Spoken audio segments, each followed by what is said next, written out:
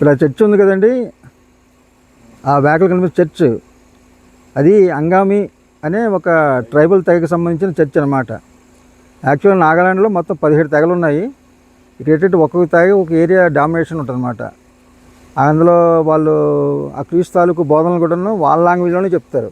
Local Angami ఆ tribal లాంగ్వేజ్లోనే చెప్తారట.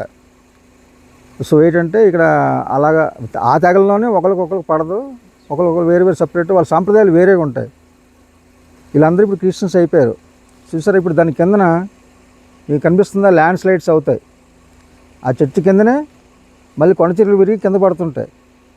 ఇది ఎప్పుడు ఈ చర్చ్ కట్టింది 1980s ఏరియాలో, అంటే ఆల్మోస్ట్ 40 years దాటిపోయింది. అందుకని ఇది అలా ఉంది. అయినా సరే అది మెయింటైన్ చేస్తున్నారు. ఈ చుట్టుపక్కలన్నీ హిల్స్ ఏరియాలోనే ఉంటాయి. అక్కడి నుంచి అందరూ అక్కడికి వస్తారు. సో ఈ సాంప్రదాయం ఇలా ఉంటుంది.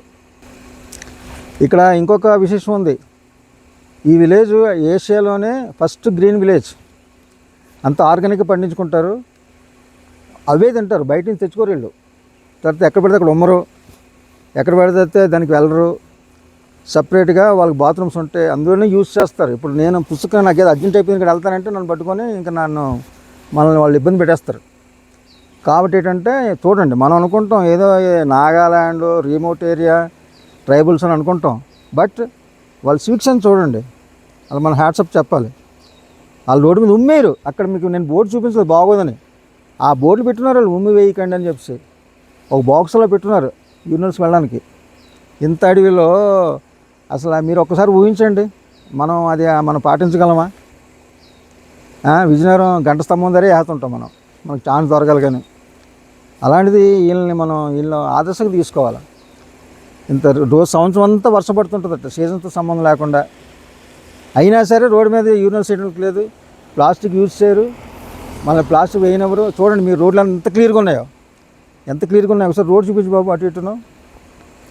ఆ రోడ్లు చూడండి, మీకు ఎక్కడ కాగితం కానీ ప్లాస్టిక్ ముక్క కానీ అసలు ఏమైనా కనిపిస్తుందా?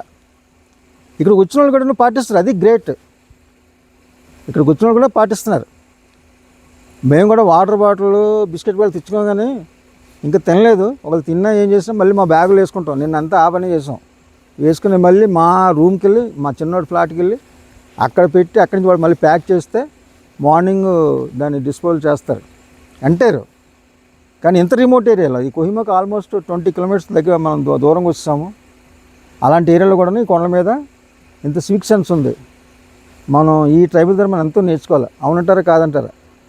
కామెంట్స్లో మీ కామెంట్స్ రాయండి.